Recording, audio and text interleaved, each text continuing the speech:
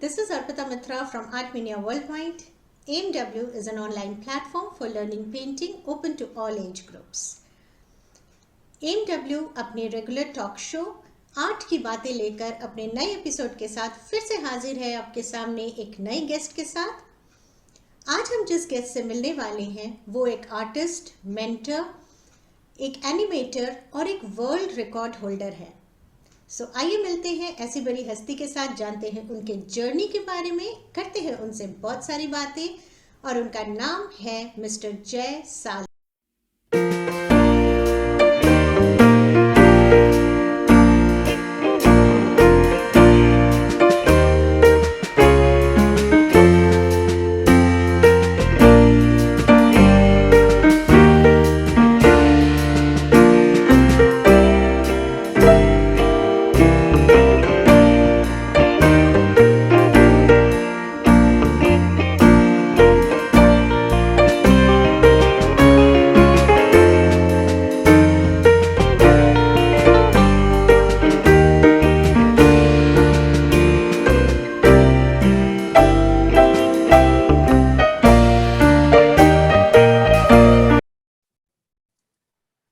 नमस्कार दोस्तों, आज हमारे साथ जुड़े हैं एक बहुत ही जाने पहचाने आर्टिस्ट, मेंटर, एनिमेटर और वर्ल्ड रिकॉर्ड होल्डर मिस्टर जय सालियन।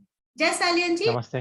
बहुत स्वागत है हमारे इस शो में जिसका नाम है आर्ट की बातें। आई होप नमस्ते मैम, आपके बहुत अच्छा लग रहा होगा। Yes ma'am, sure ma'am. और आपने मुझे मौका दिया इसके लिए मैं थैंक यू बोल रहा हूँ। मतलब और क्योंकि आर्ट के बारे में बहुत सारा ऐसा चीज होना चाहिए, क्योंकि डॉक्यूमेंटेशन होता नहीं है आर्टिस्ट के बारे में। और आप लोग बहुत ही अच्छा काम कर रहे हैं जो आर्टिस्ट को प्रमोट कर रहे हैं, आर्टिस्ट से बातें कर रहे हैं, जिससे आर्टिस्ट का सोच और वो कहीं ना कहीं तो डॉक्यूमेंटेशन होना चाहिए। हमारे बहुत सारे सीनियर्स हैं जिनके बारे में हमको ज़्यादा मालूमात नहीं है, जो उनके बारे में जो लिखा गया है किसी न्यूज़पेपर में, उसी चीज़ को लेके हम लोग चल रहे हैं, लेकिन उसमें कितना सच है हमको पता नहीं। मैंने खुद बहुत सारे आर्टिस्ट के पास जाके, उनके घर में जाके उनके बारे में पता लगाया, तब मुझे पता चला कि उनके बारे में जो लिखा गया था उसमें और जो रियल में जो जैसा वो आर्टिस्ट जिए थे, उसमें बहुत जमीन आसमान का फर्क है। तो आप लोग बहुत अच्छा काम कर रहे हैं, जो जब तक आर्टिस्ट हैं तभी आप लोग इंटरव्यू ले रहे हैं, क्योंकि आर्टिस्ट एक बार जाने के बाद उसके बारे में सच बातें तो कम ही आते हैं। ट्रू, हाँ, ट्रू। तो आज हम आपकी जर्नी के बारे में थोड़ा सा बात करेंगे जय जी।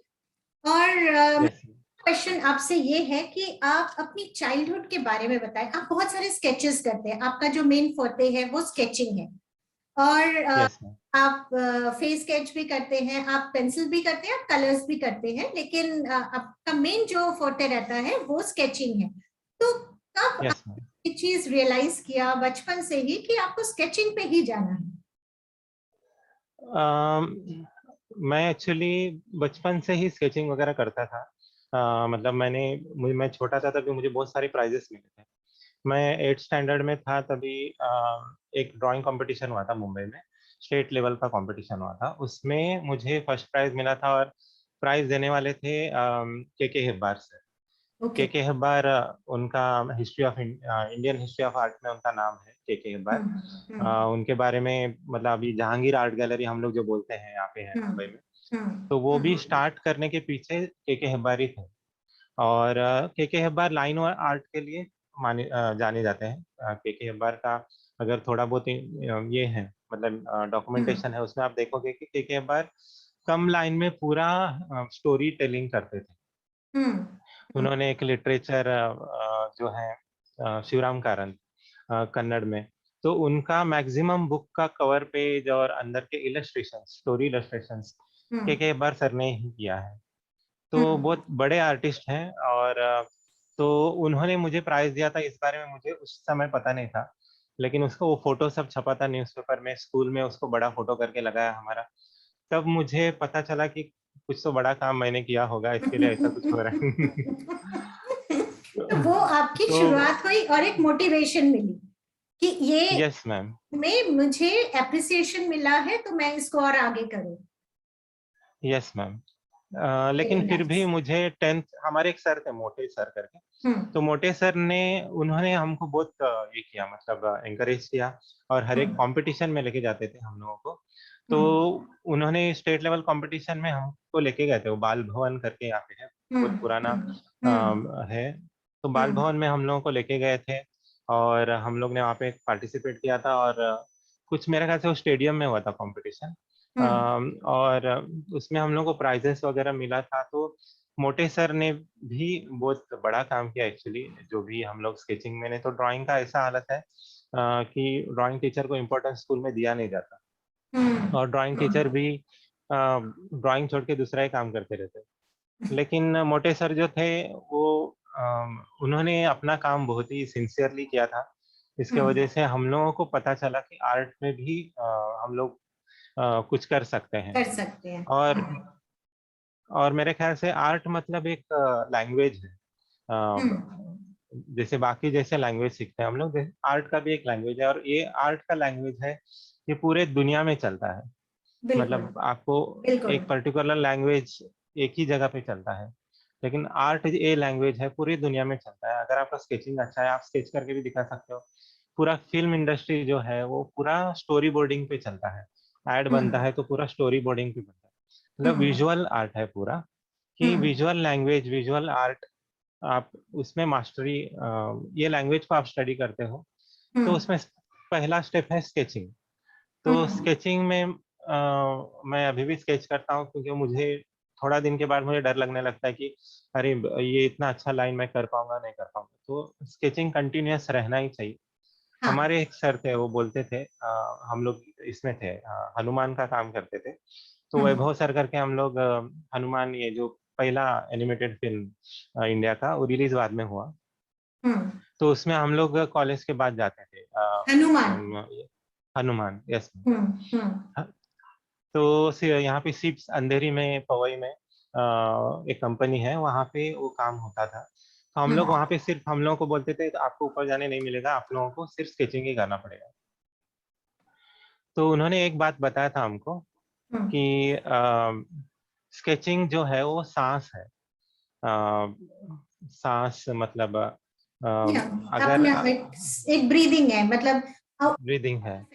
मेन वही लाइफ है। हाँ, वही लाइफ है। अगर आर्टिस्ट ने स्केचिंग नहीं किया तो आर्टिस्ट मर गया। तो आपका स्केचिंग जो है वो कंटिन्यूअस रहना चाहिए। तो वो बात हम लोगों को वहाँ पे एनिमेशन स्टूडियो में सिखाया गया। क्योंकि कॉलेजेस, आर्ट कॉलेज मैंने ज्वाइन किया था, लेकिन मैंने बहुत बाद में ज्वाइन किया। मैंने कॉमर्स करने के बाद आर्ट कॉलेज ज्वाइन किया। लेकिन आर्ट कॉलेज ज्वाइन करने के बाद कॉलेज में भी उतना स्केचिंग नहीं होता था जितना हम लोग एनिमेशन स्टूडियो में करते थे। क्योंकि एनिमेशन स्टूडियो में फ्रेम बाय फ्रेम काम होता था तभी।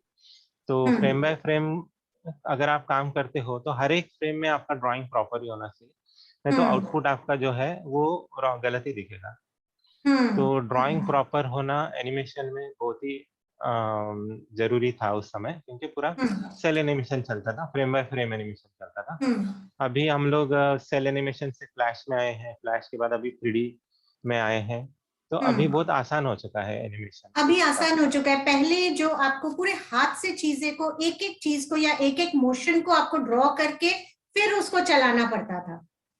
यस मैम, तभी कंप्यूटर का काम सिर्फ स्कैनिंग तक ही था। मतलब आप जो भी ड्राइंग करोगे लाइट बॉक्स में, फिर उसको हम लोग स्कैन करते थे एक एक ड्राइंग। फिर पर फ्रेम, पर सेकेंड 24 मतलब ड्राइंग्स होते हैं। 24 अच्छा। ड्राइंग्स को जब आप प्ले करते हो, तो हमारा ऊपर सिस्टम्स ऑफ विजन होता है कि फोटोग्राफी से हम लोग फिल्मों में कैसे आए कि हम लोगों ने फोटोज को कंटिन्यूअस फोटो निकाल के उसको हम लोग ने प्ले किया। तो एक सेकंड में 24 फ्रेम जब रन होता है तो एक मूविंग का ये आ जाता है। ओके, एक सेकंड में मतलब 24? एक सेकंड में 24 फ्रेम्स। तो अगर आप कोई भी पुराने एनिमेटेड फिल्म देखोगे तो 1 सेकंड में 24 इमेज रन होता है सामने से। तो 24 इमेज थोड़ा थोड़ा मूवमेंट के बाद रन होता है। तो हम लोग को लगता है कि पहले देखो फिल्में आती थी, ऐसे बहुत बहुत बड़ा रील आता था। अभी तो डिजिटल होता है सब कुछ। तो पहले वो रोल जाता था थिएटर में, और पीछे एक प्रोजेक्टर होता था, प्रोजेक्टर में वो रोल को घुमाते थे। तो उसका स्पीड कैसे होता था कि 24 फ्रेम्स जो है वो लाइट के आगे से रन होता था। 24 जो फिल्म है वो इमेज है वो रन होता था। तो वो पीछे से लाइट होने के कारण हमको सामने फिल्म मूविंग इमेजेस दिखता था। तो एनिमेशन तो फिल्म हो या एनिमेशन हो, तो वो टेक्निक वहां से डेवलप हुआ। फिर इस चीज को आप सबसे पहले हमारे फिल्म मेकर हैं दादा साहेब फाल्के। तो दादा साहेब फाल्के ने भी ये सब स्टडी किया कि उनको कैमरा बाहर से मंगवाया और उन्होंने फिल्में बनाना स्टार्ट किया। राजा हरिश्चंद्र उनका पहला था। तो फाल्के अवार्ड भी अपना इंडिया का सबसे बड़ा अवार्ड दादा साहेब फाल्के दादा अवार्ड ही साहब है। फाल्के अवार्ड। अभी इधर मुंबई फिल्म सिटी का नाम भी उन्होंने चेंज करके दादा साहेब फाल्के फिल्म सिटी ऐसा कुछ किया है। तो तो ये बेसिक चीज को उन्होंने समझा। डिज्नी का भी अगर हम लोग देखेंगे, पहले सब कार्टूनिस्ट ही थे।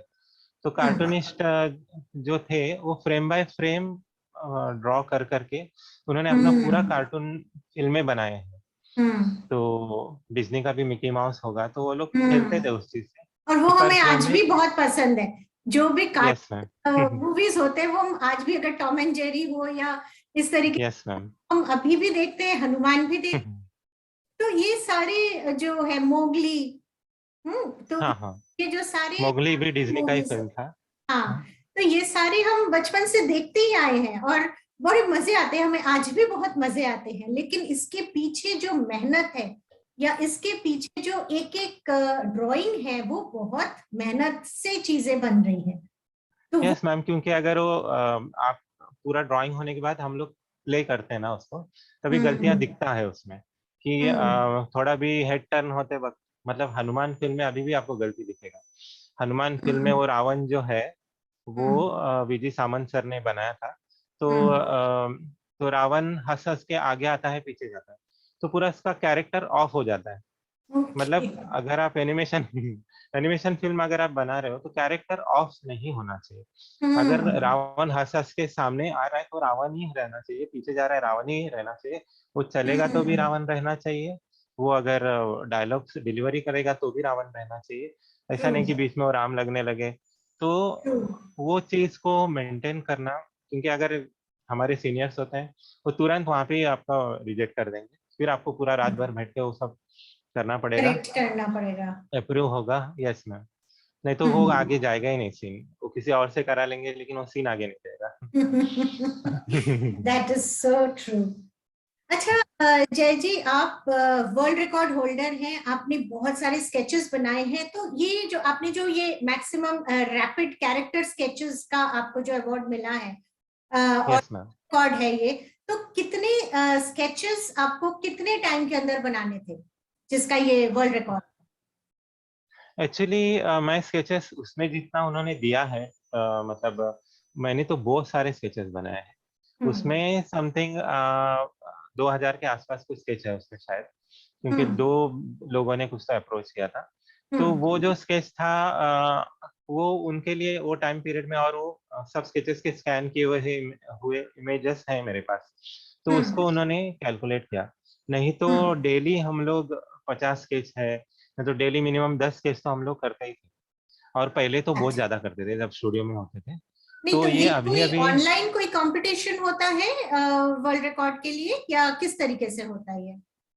नहीं, मैंने एक्चुअली मैं स्केचेस हमेशा करता था। मैं यहाँ पे हम्म मुंबई आर्ट टीचर ग्रुप में हूँ बहुत सारे। हम्म तो मैं हमेशा स्केच करके डालता था, और मेरे बहुत सारे स्टूडेंट्स और टीचर्स, मैं आर्ट टीचर ट्रेनिंग में भी मतलब कॉलेज में सिखाता था। तो मेरे हम्म बहुत सारे स्टूडेंट्स यहाँ पे आर्ट टीचर हैं मुंबई में हम्म कॉलेजेस में।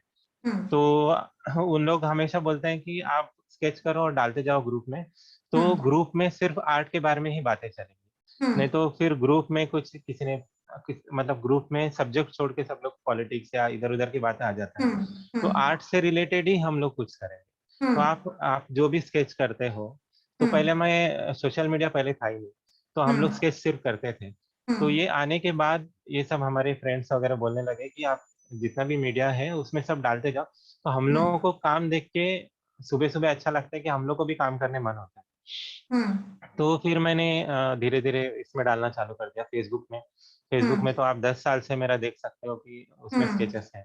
तो ये डालने के बाद मुझे फिर एप्रिसिएशन मिलने लगा कि अच्छा है, मतलब हम लोग काम देखते हैं तो हम लोगों को सीखने को मिलता है, और आप कंटिन्यू रखो। मतलब एक आर्टिस्ट कितना डेवलप हो सकता है। मैं भी मेरा स्केचेस देखता हूँ तो मुझे लगता है ये ऐसा नहीं होना चाहिए था, मेरा पुराने स्केचेस देखता तो ये ऐसा होना चाहिए था। तो जजमेंट होता है, वो 10 लोग देखते हैं, मेरे टीचर भी देखते हैं, मेरे कॉलेज के टीचर्स भी उसमें हैं, तो वो लोग भी देखते हैं, तो उनका भी कमेंट होता है कि ये तूने, कुछ लोग तारीफ करते हैं, कुछ लोग बोलते हैं कि ये तू ऐसा करना चाहिए था, तो उनका भी सजेशंस मिलता है। तो एक सोशल मीडिया आर्टिस्ट के लिए तो बहुत अच्छा है, क्योंकि उसको उसका एक तो आर्टिस्ट का क्या होना चाहिए, जैसे आप अभी इंटरव्यू ले रहे हैं, तो आर्टिस्ट के लिए ये बहुत जरूरी है कि उसको 4 लोगों ने पहचानना चाहिए, उसका काम 4 लोगों ने देखना चाहिए। और अभी कोरोना पीरियड ने हमको ये सिखाया कि ऑनलाइन में बहुत कुछ हो सकता है। नहीं तो गैलरी में जाना तो सबको पॉसिबल नहीं है। ट्रू। और गैलरी में अभी पहले बहुत सारा स्टंट होता था, जैसे कि अभी एम एफ हुसैन का 1975 में इधर मुंबई सीएसटी, मतलब छत्रपति शिवाजी टर्मिनस स्टेशन, पहले वो वीटी स्टेशन बोलते थे, विक्टोरिया टर्मिनस। तो वीटी स्टेशन में मेन स्टॉप है लास्ट सीएसटी का, तो वहाँ पे सब आर्टिस्ट लोगों का एग्जीबिशन हुआ था। तो प्रोग्रेसिव आर्ट ग्रुप के जो एम एफ हुसैन थे, तो एम एफ हुसैन भी कोई बड़े फेमस नहीं थे तभी। तो प्रोग्रेसिव आर्ट ग्रुप ने एम एफ हुसैन तो यहाँ पे कामाटीपुरा रेड लाइट एरिया है इधर, उस जगह पे वो एक छोटे से गली में पेंटिंग करते थे। तो उस 1975 में उनका प्रोग्रेसिव आर्ट ग्रुप के साथ एग्जीबिशन स्टेशन में लगाया था उन्होंने, तो पूरा स्टंट था एक। तो स्टेशन में लगने के बाद उस 1975 में उनका पेंटिंग 1 लाख में सेल हुआ, वो भी मुंबई स्टेशन में, सीएसटी स्टेशन में। तो ये जो चीज उनके साथ होता गया, तो इसके वजह से वो बहुत और फेमस हुए, लोग पहचानने लगे। जब तक ये सब नहीं होगा, आर्टिस्ट को प्लेटफॉर्म नहीं मिलेगा, आर्टिस्ट का काम लोग देखेंगे नहीं, उस पर कमेंट नहीं करेंगे, उसको जज नहीं करेंगे, उसका इवेल्युएशन नहीं करेंगे, उसको, तब तक आर्टिस्ट सिर्फ क्या बोलते हैं, ट्रू, मैगजीन में दैट उसके इज बारे में ट्रू। कुछ हाँ, जब तक आर्टिस्ट को एप्रिसिएशन नहीं मिलेगा उसका काम आगे नहीं बढ़ सकता। मुझे ये वर्ल्ड रिकॉर्ड के बारे में थोड़ा सा बताएं। तो इन्होंने ये जो कोई तो थे, मतलब ये अभी 3 साल पहले का बात है कुछ, तो उनका हम्म। फोन आया था कि आपको जो स्केच है, तो हम्म। मेरा एक ये भी था, मैंने मेरा एक वेबसाइट भी था, तो विकी फाउंड्री करके, जयसलन विकी हम्म। फाउंड्री, तो उसमें इतने सारे स्केच थे।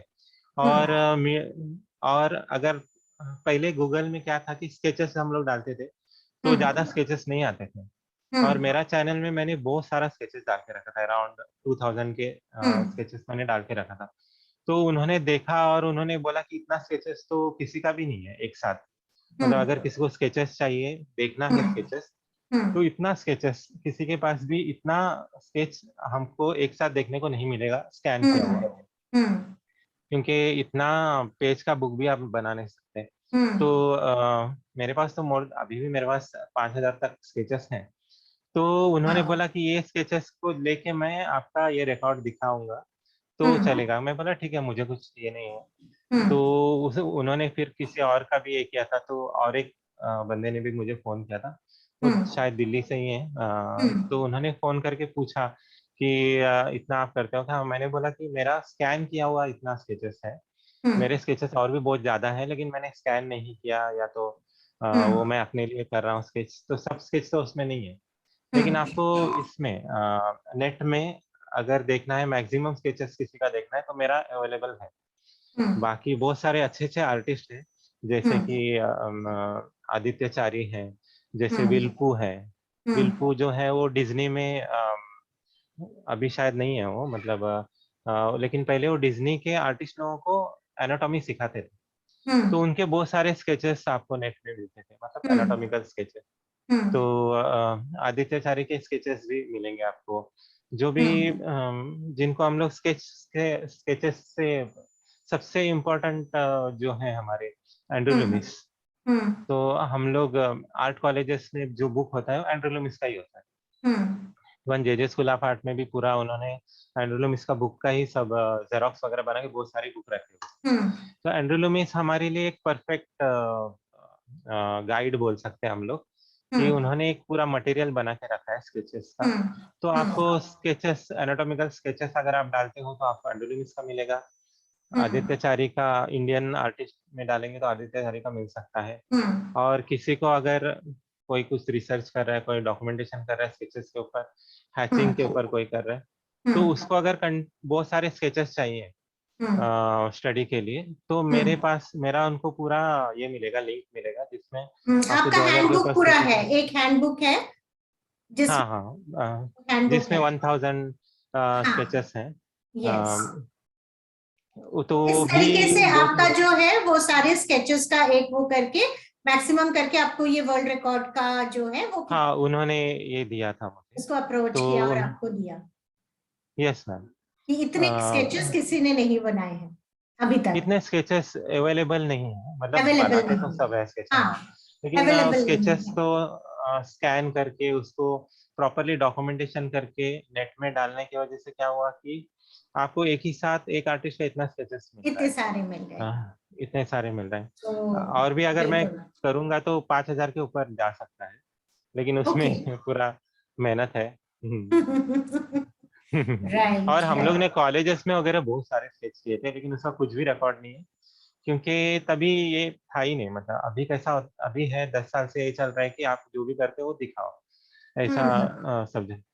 पहले हम्म ऐसा नहीं था, पहले हम लोग मेहनत कर करके एक लेवल पे आ जाते थे, लेकिन हमको बताने वाला कोई नहीं रहता था कि आप बहुत हम्म लेवल तक आ चुके हो, आप और हम्म थोड़ा मेहनत करो, आप ये लेवल तक और जा सकते ट्रू। पर अब क्योंकि ये सोशल मीडिया, जैसे आपने कहा कि सोशल मीडिया की वजह से बहुत सारी चीजें आजकल ओपन हो रही है, आर्टिस्ट उस प्लेटफॉर्म को यूज कर पा रहे हैं, उस प्लेटफॉर्म से बहुत सारी चीजें सीख भी रहे हैं। गूगल से आप बहुत कुछ सीखते हो। बहुत सारे ऐसे यूट्यूब चैनल्स हैं जहां से आप बहुत कुछ सीख पाते हैं। और मैं अपने दर्शकों को भी बता दूं, अगर वो उनके स्केचेस देखना चाहते हैं, अगर जयसालियन जिसे उनका सारे लिंक्स हमारे डिस्क्रिप्शन बॉक्स में हम देंगे, और उनके हैंडबुक के लिंक्स, अगर कोई स्केचेस पे आप मास्टरी करना चाहे तो जयसालियन के बुक हैंडबुक्स के लिंक्स हमारे डिस्क्रिप्शन बॉक्स में होंगे, तो जरूर उन्हें देखें और उनसे अगर सीखने की इच्छा रखते हैं तो जरूर उन्हें कांटेक्ट भी करें। Right. Thank you ma'am. Thank you ma'am. Actually अब ये जो जेजे में आर्ट कॉलेज है, यहाँ पे महाराष्ट्र में टोटल 200 आर्ट कॉलेजेस हैं। तो स्टूडेंट को, मतलब आर्ट टीचर जो बनते हैं और जो फाउंडेशन आर्ट में सब होते हैं, तो उनको प्रोजेक्ट बनाने के लिए बोला जाता है। हम्म तो वो लोग किसी ना किसी आर्टिस्ट के ऊपर प्रोजेक्ट बनाते हैं। हम्म तो ऐसे बहुत सारे मुझे मालूम पड़ा कि बहुत सारे कॉलेजेस में हम्म मेरे ऊपर भी कुछ लोगों ने, स्टूडेंट ने प्रोजेक्ट बनाया हुआ है। हम्म कि स्केचेस कैसा होना चाहिए, हैचिंग में स्केचेस कैसा होना हम्म चाहिए, हम्म ब्रश पेन में स्केचेस कैसा कैसा होना चाहिए, और हम्म कम टाइम में अगर आपको स्केच करना है तो कौन सा मटेरियल अच्छा रहेगा, पेन में राइट। अगर आप स्केच करते हो तो आप कैसे कर सकते हो, तो ये और सारे जो बड़े डिटेल्स हैं अजय जी, जो आपके लिंक्स हैं उसमें सब कुछ अवेलेबल है, जो आपका हैंडबुक है। हैंडबुक में सिर्फ स्केचेस हैं, उसमें डिटेल नहीं है। अच्छा। कोई अगर पूछता है तो हम लोग उनको बता सकते हैं, क्योंकि राइट। क्या होता है कि कंफ्यूजन बहुत क्रिएट होता है, और एजुकेशन हम्म में सबसे इम्पोर्टेंट है कॉन्फिडेंस, और हम्म सबसे बड़ा दुश्मन है एजुकेशन का कंफ्यूजन। अगर आप किसी चीज को लेके कंफ्यूज होते हो, या आपको कोई चीज समझ में नहीं आता है, तो हम्म आप उस चीज को कुछ गलत वे से लेके जाते हो, और सब्जेक्ट कुछ अलग ही हो जाता है।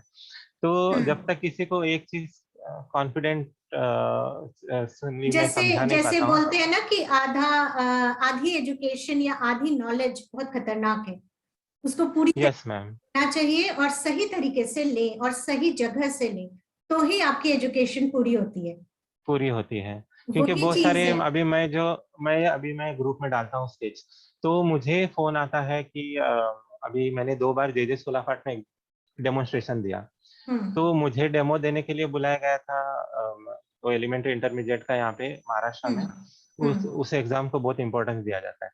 हम्म तो अभी इस बार भी है अभी, तो एलिमेंट्री इंटरमीडिएट एग्जाम जो महाराष्ट्र में होता है, तो उसके पर नवनीत ने एक बुक निकाला है, लेकिन वो बुक इतना बड़ा है, जाड़ा सा है, और उसमें सब्जेक्ट को इतना बड़ा चढ़ा के बताया गया है कि उसे डर लगने लगता है कि ये चीज अपने से होगा कि नहीं, कि इतना बड़ा बुक है पहली बात तो। और बच्चों में हम लोग आर्ट टीचर जो होते हैं कॉन्फिडेंस दिला देते हैं कि तू ड्राइंग कर ही नहीं सकता, तो ये प्रॉब्लम है एक्चुअली। ड्राइंग जो है कोई भी कर सकता है, ड्राइंग जो है कोई भी कर सकता है, और ये कोई ये नहीं है कि आप मतलब प्रॉब्लम कहाँ पे होता है कि पेरेंट्स और आर्ट टीचर ने अगर बचपन में उसको डरा दिया, या तो उसको रोक दिया, या तो उसका उसके लाइन में उसका ड्राइंग को अगर हम लोग ने थोड़ा भी हम लोग ने उसका कॉन्फिडेंस को लूज कर दिया फिफ्थ स्टैंडर्ड तक, तो आगे वो ड्राइंग करेगा ही नहीं, वो डरेगा। ट्रू। वो डरेगा। अभी भी हमारे कॉलेज में जो स्टूडेंट है उनसे मैं कैनवास पेंटिंग करा के लेता हूँ, पूरा कैनवास पेंटिंग करा के लेता हूँ, तो वो एक हफ्ता तक इतना डरे हुए रहता है कि सर मुझे ड्राइंग आता ही नहीं है। मैं फिर थोड़ा दिन के बाद बोलते हैं मुझे ड्राइंग आता है लेकिन मुझे कलरिंग बिल्कुल नहीं आता, तो मैं उनसे बिठा के करा के लेता हूँ। मैं उनके साथ बैठता हूँ और देखो ये ऐसा है, ऐसा ही करना है आपको, और ऐसा करो, आपको सिर्फ लाइन ड्रॉ करना है, आपको सिर्फ ये देखना है, और ये करो ये करो।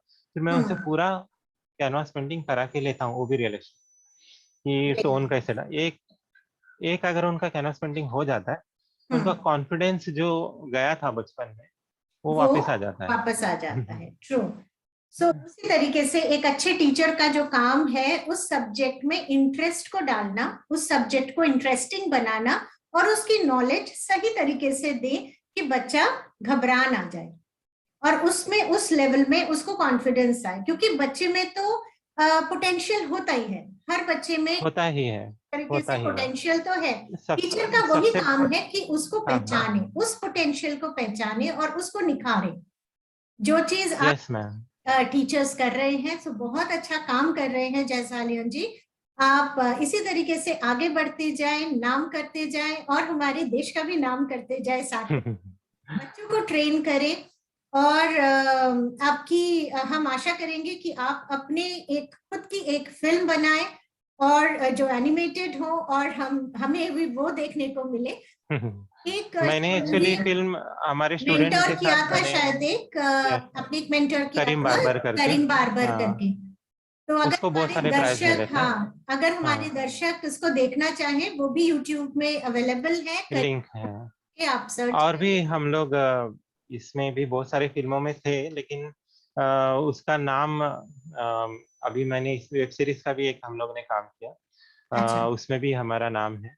और तो मैं जब स्टूडेंट लोग के बारे में बोल रहा था कि स्टूडेंट में कॉन्फिडेंस लाने के लिए, मतलब मैं जिस स्कूल में था, तो हम लोगों को इंटरव्यू में भी जब आर्ट टीचर को बुलाते हैं, तो दे आर जस्ट वो लोग देखते हैं कि जो टीचर है उसको उसका ये कैसा है, इंग्लिश लैंग्वेज कैसा है, वो इंग्लिश कितना अच्छे से बोल पाते हैं, वही देखते हैं वो लोग, ड्राइंग के बारे में कुछ नहीं देखते हैं।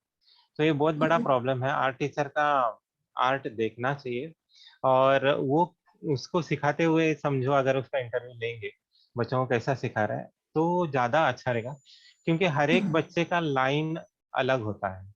हाँ, बहुत सारे बुक्स में भी मैंने देखा है गलत मैसेज होता है कि वो लोग हाउ टू होल्ड पेंसिल वो सब आता है।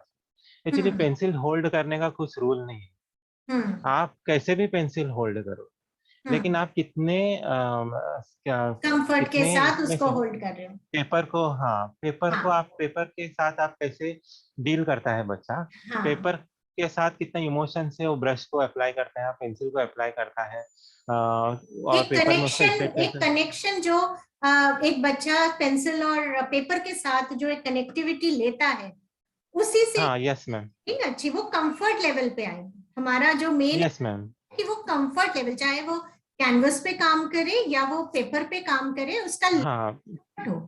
तो ब्रश पकड़ने का, पेंसिल पकड़ने का कुछ रूल नहीं है, क्योंकि हम्म। अगर हम लोग देखेंगे पुराने जमाने में वो लोग कैसे पकड़ते थे, मतलब ऐसे हम्म। लिखने के लिए इसमें। तो हम्म। अगर आप अभी ये मैंने बहुत सारे बुक में ये देखा कि पेंसिल को इसी तरह से पकड़ना चाहिए और इससे ऐसे ही लाइन ड्रॉ करना चाहिए। तो वो हम्म सबसे बड़ा प्रॉब्लम है। बच्चे ने हम्म अगर पेंसिल लिया, वो ड्राइंग कर रहे हैं, उसको छोड़ दो। वो हम्म एन्जॉय कर रहे हैं, एन्जॉय कर रहे हैं, एन्जॉय करने दो। हम्म 7th स्टैंडर्ड तक उसको एन्जॉय करने दो। उसके बाद उसको अगर हम लोग गाइड करते हैं, तो वो हम्म बहुत ही अच्छा आर्टिस्ट बनेगा। बिल्कुल। कई लेकिन लोग होते हैं जो लेफ्ट हैंडर्स होते हैं, जो लेफ्ट से हाँ, कंफर्टेबल उसी में वो जिसमें करते हैं। उसी से काम करे, और तभी वो चीज आएगी। कुछ भी चीज अगर हम प्रेशर देके करवाते हैं किसी को भी, हाँ, फोर्सफुली तो बच्चा नहीं है वो जैसा नहीं होगा। जी, हम बड़ों को भी हाँ। प्रेशर देके काम करवाएं तो वो भी नहीं अच्छा होगा, है ना। नहीं होता है। अपने यस मन मैम। से जो लोग अपना काम करे, खुशी से करे, वही काम हाँ। निकलेगा। तो आज आप हमारे और जय जी, बहुत अच्छा लगा, बहुत सारी हम्म, बातें की।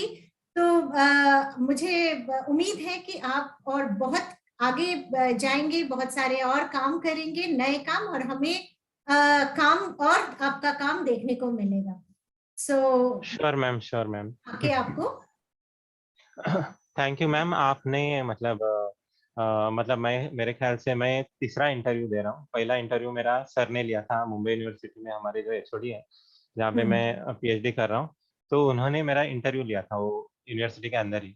तो एक मेरा पहला इंटरव्यू था, और दूसरा इंटरव्यू हमारे एक मैम है जो कॉलेज की मैम है, उन्होंने लिया था। ये मेरा तीसरा इंटरव्यू है जो आपने लिया। और आपको भी बहुत सारी शुभकामनाएं। और और आप ये बहुत अच्छा काम कर रही हैं, जो आर्टिस्ट को मतलब आर्टिस्ट को पहचानना भी बहुत जरूरी होता है। कि बहुत सारे लोग आर्टिस्ट को पहचानते ही नहीं है। अभी हम मैंने बहुत सारे ऐसे मुंबई में आर्टिस्ट हैं, जिनके ऊपर हम्म मुझे डॉक्यूमेंटेशन करना है, क्योंकि वो हम्म रियल आर्टिस्ट हैं, लेकिन उनके ऊपर डॉक्यूमेंटेशन नहीं है। एक तो आर्टिस्ट हमारे लास्ट वीक ही गुजर गए, वो जेजे में प्रोफेसर थे। उनके हम्म बारे में भी ज्यादा मालूमात लोगों को नहीं है। उन्होंने बुक लिखा था पूरे इंडियन आर्टिस्ट लोगों के बारे में, और वो बुक भी ज्यादा जगह पे पहुंचा ही नहीं है। लेकिन उन्होंने बहुत सारे उसमें आर्टिस्ट लोगों का नाम दिया हुआ है। तो hmm thank you very much ma'am. और आप जो अभी जो कर रहे हैं, और बहुत सारे आर्टिस्ट लोग, मैं भी अभी जो आपने जो इंटरव्यू लिया है, ये जो लिंक है आपका वीडियो का, बहुत सारे ग्रुप में डालूंगा, मेरे भी स्टूडेंट्स देखेंगे। और आपको फोन भी बहुत आएगा इसके बाद, क्योंकि मेरे बहुत सारे स्टूडेंट ऐसे भी हैं जो इतने अगर मैं कुछ करता हूँ, तुरंत उनका दूसरा नीचे आ जाता है, स्केच वगैरह जो भी है। अगर मैं मेरा आपने इंटरव्यू लिया तो वो भी फोन करेंगे, बोलेंगे हमारा भी इंटरव्यू ले लो। तो ये भी अच्छा ही है, क्योंकि अगर मेरे से कोई कुछ सीखता है, और वो कुछ चीज बढ़ रहा है, तो हम्म, अच्छे चीज में सबका एनर्जी जा रहा है। बिल्कुल। Thank you very much ma'am. Thank you so much. Thank you ma'am. Thank you ma'am. और अब बारी है हमारे आज के छोटे से टिप की। दोस्तों, गर्मियाँ आ गई हैं, तो जो लोग एक्रेलिक के साथ काम करते हैं उनको थोड़ी बहुत दिक्कतें आ रही होंगी, क्योंकि एक्रेलिक कलर्स बहुत जल्दी ड्राई हो जाते हैं। तो आज की जो हमारी छोटी सी टिप है वो इसी से रिलेटेड है कि आप अपने कलर्स को ज़्यादा से ज़्यादा टाइम के लिए कैसे मॉइस्ट रख सकते हैं। अगर आप अपने रेगुलर पैलेट पे काम कर रहे हैं तो एक स्प्रे बॉटल अपने साथ ज़रूर रखें और कलर्स पे धीरे धीरे स्प्रे करते जाएं। उससे आपके कलर्स थोड़ी देर के लिए मॉइस्ट रहेंगे। लेकिन अगर आपको ज़्यादा से ज़्यादा टाइम के लिए मॉइस्ट रखने हैं अपने कलर्स को, तो एक वेट पैलेट का यूज़ करें। वेट पैलेट आपको बहुत आसानी से मार्केट पे भी मिल जाता है, आप रेडीमेड ले सकते हैं, लेकिन आप घर पे भी आराम से इस वेट पैलेट को क्रिएट कर सकते हैं। एक एयरटाइट कंटेनर लें, एक स्पंज का एक टुकड़ा लें, उसको वेट अपने बॉक्स के अंदर रख दें, और बॉक्स को हल्का सा थोड़ा सा पानी के साथ भर दें।